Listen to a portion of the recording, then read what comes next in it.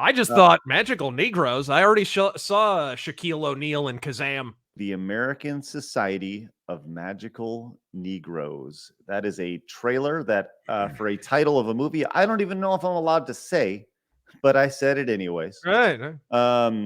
Because some people get offended. You know what? Who cares? People get offended. But this trailer was released, and I don't think you saw this trailer, correct?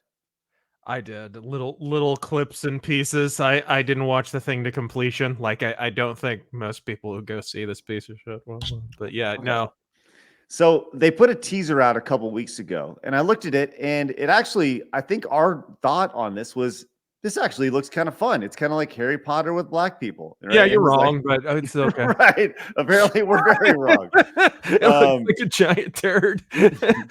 So let's actually take a look at like just the first few seconds of this thing, because a lot is said. This is the first impression that people have of this in trailer settings. So let's go ahead and give a watch here. All right. I know you can feel their discomfort, Aaron.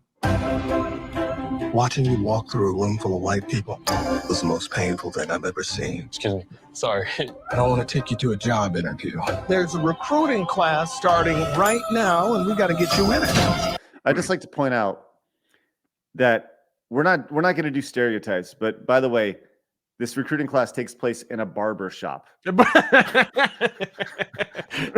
How do they work? The question is, how do they work Cedric the Entertainer into this? Well, you know, there's I want to continue on because I don't want to get hit for copyright here. Right. Not for this turd. But here's a really good sequence here.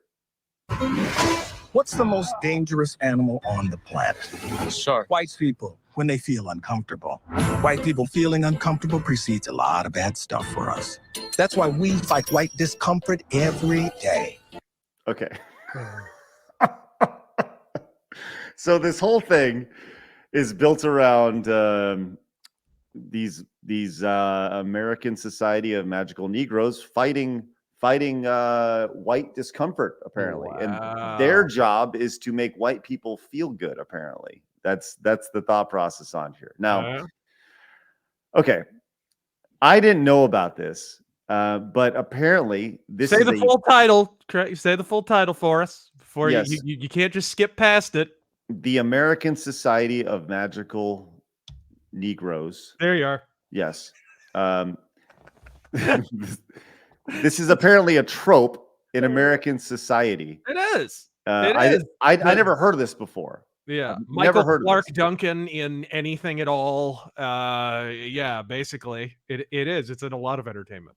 Okay, so the background on this is from Wikipedia, or at least a screenshot from Wikipedia, which I didn't know. The magical Negro is a trope in American cinema, television, and literature. In the cinema of the United States, in the U.S., is a supporting stock character who comes to the aid of the white protagonist in the film. Magical Negro characters often possess special insight or magical powers and have been a long tradition in American fiction. Right. And apparently this was started by Spike Lee, I guess. This is the meme or the I don't know. So this is all new to me. Like something that douchebag would come up with, yeah. I've never heard of this before. And as somebody who is not ingrained and totally engulfed in American cinema and know all the tropes and the memes and everything associated with this, if I saw this trailer, which I did when I watched this trailer, I was like, huh, that's really divisive. Really divisive, you know? I just thought magical Negroes. I already saw Shaquille O'Neal and Kazam. The fuck? Oh no! I saw that in theaters, my friend. You saw that you saw Kazam in theaters? Yes, I did. Oh no, you're the guy. And I was excited to do so. That was funny. I went with this scrawny little Jewish kid too. That was the funniest part.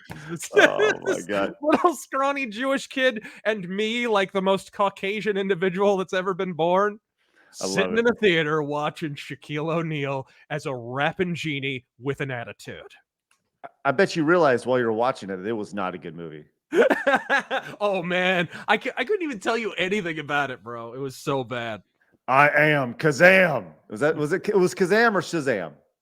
Kazam. Kazam. I am Kazam. That's what he said, right? Oh my god.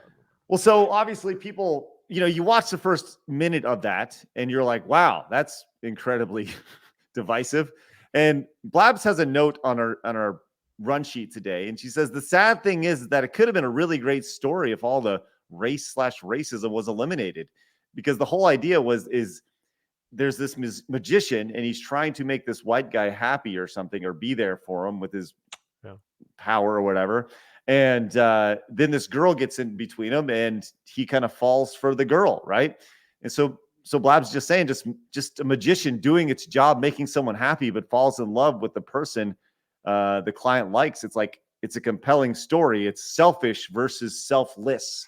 And I'm just amazed that a movie like this, number one, I wonder how this movie will do, if people will go see it, if people will flock to the theaters to see the I want to make sure I say the entire story, the entire title every single time.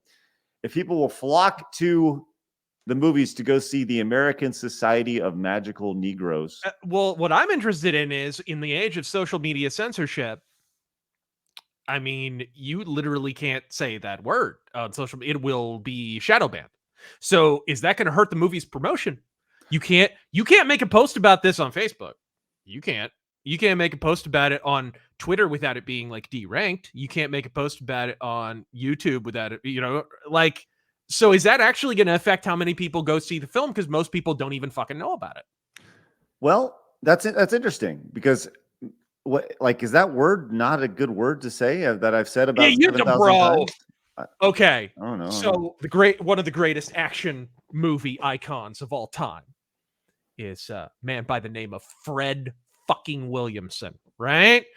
Fierce mustache, former football player. Then he was in a bunch of like 70s action movies. He did a lot of like kung fu shit. And then he was like in a lot of rogue cop who doesn't play by the rules. He's a loose cannon, right? Those kind of movies. Genius. He was in Black Cobra. Fucking brilliant. So he was in a Western in the prime era of both blaxploitation and Westerns. And somebody said, hey, on the one hand, spaghetti Westerns are popular, and on the other, blaxploitation is popular. Wait a minute. Let's put our hands together. Let's see what happens here.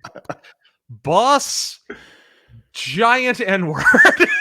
Oh, really?